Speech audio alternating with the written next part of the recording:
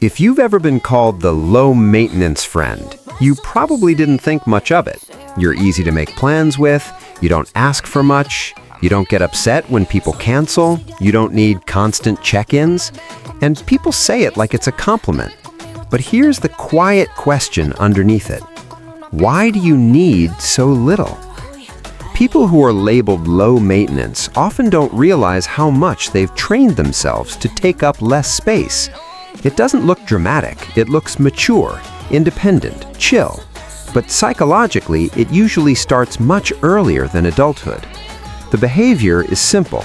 You don't double text, you don't push for clarity when someone's being distant, you rarely initiate deep conversations about how you feel, you adjust your expectations quietly instead of expressing disappointment.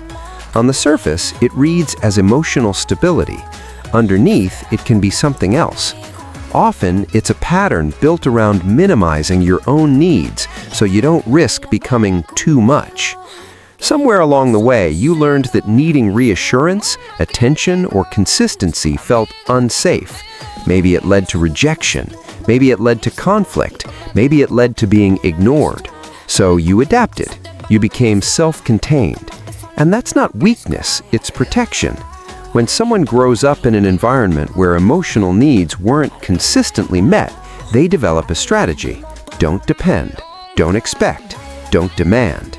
Because expectations create vulnerability, and vulnerability can lead to disappointment. So instead of asking for more, you convince yourself you don't need more. You become the friend who understands, the one who's flexible, the one who says it's fine, and actually means it, at least in the moment. But here's where it gets interesting. The real reason the low-maintenance friend seems so calm isn't always confidence, it's control. When you don't expect much, you can't be let down. When you don't voice needs, no one can reject them.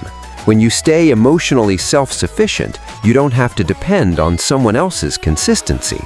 That creates a powerful sense of internal control. But control and connection don't always coexist easily, because real intimacy requires visibility, and visibility means letting someone see what you want, what you miss, what bothers you. Low-maintenance friends often pride themselves on not being dramatic. They don't start arguments, they don't demand attention, they don't create emotional friction.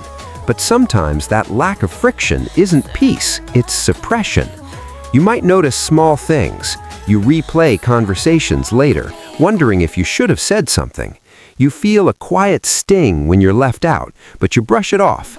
You tell yourself other people have bigger problems. You become the one who listens deeply, but rarely shares deeply. And people start to assume you're always okay. Identity starts forming around that assumption. You become the strong one, the independent one, the chill one. And when someone builds an identity around being low maintenance, asking for more starts to feel like breaking character. That's the deeper pattern. It's not just about behavior anymore, it becomes who you are. Your nervous system gets used to self-regulating alone. Your standards quietly lower in order to preserve harmony. Your emotional range narrows in public spaces.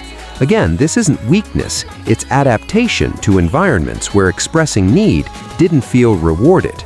Some low-maintenance friends grew up being praised for being easy.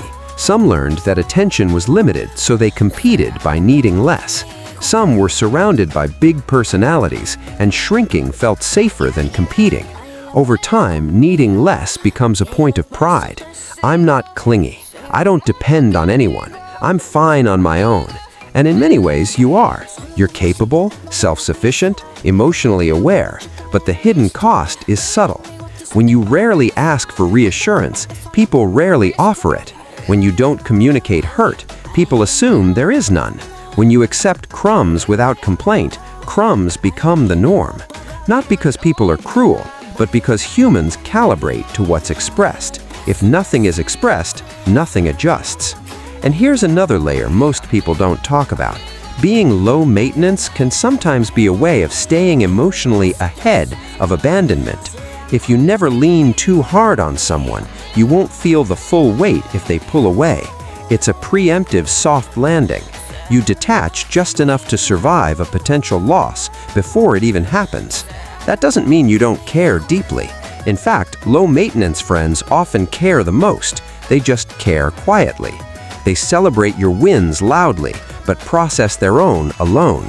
They remember small details about you, but assume theirs aren't important. They show up consistently, even when no one checks if they're tired. And because they don't complain, people assume they're unbreakable. But unspoken needs don't disappear, they just go underground. Sometimes they show up as emotional distance, sometimes as quiet resentment, sometimes as slowly fading connections where no one can quite explain what changed. The shift isn't dramatic, it's subtle. The person who once accepted everything starts withdrawing internally, not because they're cold, but because they're exhausted from being endlessly adaptable. And the irony is this: the very trait that made you easy to keep around can also make you easy to overlook. That's the psychological tension of being low maintenance. You reduce friction to preserve connection, but connection without depth eventually feels empty. Once you start noticing this pattern, it changes how you interpret your own behavior. It wasn't random. It wasn't just personality. It was a strategy. A strategy built around safety, predictability, and emotional self-protection. And strategies aren't bad. They're intelligent responses to past experiences. But when a strategy turns into an identity, it can quietly limit what you allow yourself to receive. The low-maintenance friend isn't someone who needs less. It's often someone who learned not to ask. And once you see that, you start to understand the quiet complexity behind the calm exterior. You realize the independence wasn't accidental, the silence wasn't emptiness, the flexibility wasn't always preference, it was a pattern. And awareness doesn't force you to change overnight, it just lets you see yourself more clearly. Once you see it, you can't unsee it. And sometimes that recognition alone is the beginning of a different kind of connection. Not louder, not dramatic, just more honest. If this explains something you've quietly felt but never named, there's always more to uncover. Because understanding your patterns is how you start understanding yourself.